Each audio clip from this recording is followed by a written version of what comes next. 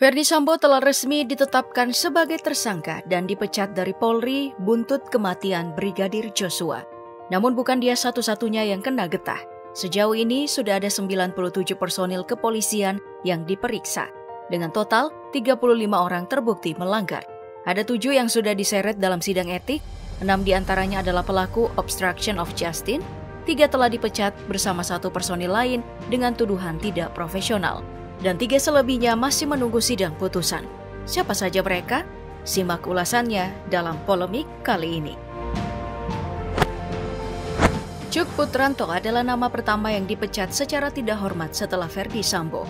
Pemberhentian mantan Kasub Bagian Audit Bagian Penegakan Etika Biro Pertanggungjawaban Profesi, Divisi Profesi dan Pengamanan ini diumumkan oleh Kadif Humas Polri Dedi Prasetyo pada Jumat 2 September lalu.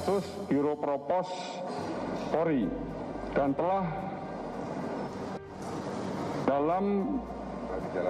dijalani oleh pelanggar.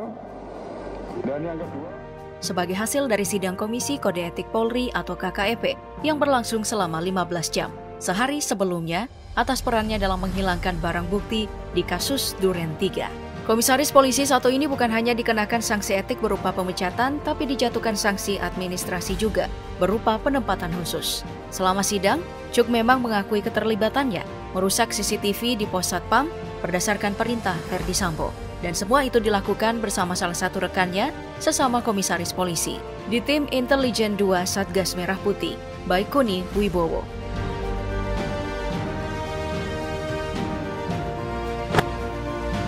Itu adalah nama selanjutnya yang juga dikenakan sanksi etik berupa pemecatan tidak hormat atau PTDH. Seperti Cuk, Baikuni yang menjabat sebagai kasubag pemeriksaan dalam divisi yang sama dengan rekannya, juga terbukti punya peran aktif dalam mengambil dan menghilangkan CCTV setelah diinterogasi selama 12 jam pada sidang KKEP yang berlangsung 2 September. KKEP atau Sidang Komisi Kode Etik Polri ini juga sudah dilakukan kepada salah satu anggota Polri yakni Kompol CP pada hari Kamis kemarin. Karena itu, selain sanksi etik yang telah diumumkan oleh Dedi Prasetyo, Baikuni turut dijatuhi hukuman administrasi berupa penempatan khusus selama 24 hari. Setelah pelanggaran kode etik dan juga kluster obstruction of justice. Dalam ruangan Patsus Biro Provos Polri, sejauh ini keduanya memang terbukti melanggar pasal 13 ayat 1 PP nomor 1 tahun 2003 tentang pemberhentian anggota Polri, serta pasal 10 ayat 1 huruf F, pasal 10 ayat 2 huruf H Peraturan Kepolisian Republik Indonesia nomor 7 tahun 2022 tentang Kode Etik Profesi dan Komisi Etik Polri. Namun baik Baikuni maupun Cuk sama-sama memberi perlawanan atas sanksi yang dijatuhkan dan berencana mengajukan banding. Obstruction of justice dalam kasus Brigadir Joshua Huta Barat ini diantaranya ada sanksi yang bukan hanya perwira menengah tingkat 1 seperti Kompol, personil dengan pangkat tertinggi kelima dalam struktur Polri, macam Komisaris Besar, juga tidak lolos dari pemecatan dalam kasus kematian Brigadir J. Agus Nurpatria adalah contohnya. Mantan Kaden Abiro Paminal Divisi Propam Polri ini, berdasarkan fakta yang terungkap dalam sidang KKEP tanggal 6 hingga 7 September kemarin, terbukti punya andil dalam pengrusakan barang bukti, bersikap tidak profesional dalam penanganan kasus, serta bermufakat dengan 6 personil lainnya.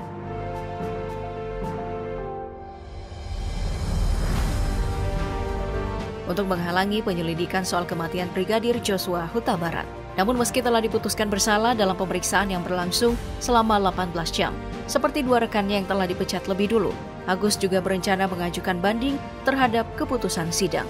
Hal yang menurut Dedi Prasetyo tidak masalah karena memang diatur dalam Peraturan Kepolisian Pasal 69 Nomor 7 Tahun 2022. Dan dengan pelanggar KDPI. Selebihnya untuk para polisi yang terseret dalam obstruction of justice, masih ada 3 nama yang saat ini menunggu jadwal sidang. Pertama ada mantan Karopaminal Divisi Propam Polri, Brigadir Jenderal Hendra Kurniawan. Sosok yang bertanggung jawab mengirim jenazah korban ke kampung halaman dan disebut menghalang-halangi pihak keluarga saat ingin membuka peti jenazah. Hendra kabarnya juga sempat melakukan tindakan intimidasi. Namun belakangan seperti dikutip dari CNN, dia mengaku melakukan semua hal tersebut karena tertipu oleh keterangan palsu dari Verdi Sambo dan hanya berniat menjalankan perintah dari atasan.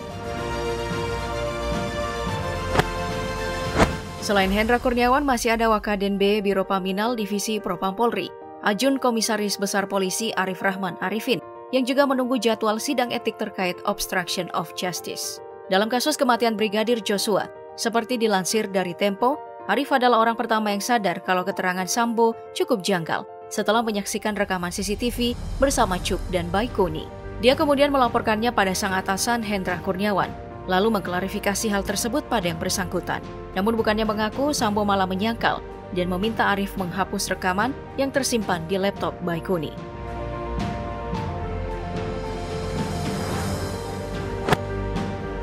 Nasib Ajun Komisaris Polisi Irfan Widianto mungkin jadi yang paling ditunggu kelanjutannya oleh publik. Dari sidang para tersangka obstruction of justice.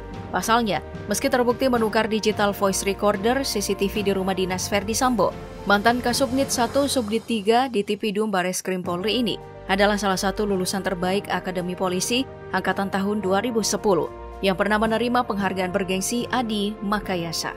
Ini adalah penghargaan tahunan yang diberikan kepada lulusan terbaik dari setiap matra TNI dan kepolisian, mulai dari Matra Darat Akademi Militer Magelang, Matra Laut Akademi Angkatan Laut Surabaya, Matra Udara Akademi Angkatan Udara Yogyakarta, serta Matra Kepolisian Akademi Kepolisian Semarang. Seorang lulusan baru bisa menerima penghargaan ini jika mampu menunjukkan prestasi terbaik di 3 aspek, akademis, jasmani, dan kepribadian atau mental secara seimbang.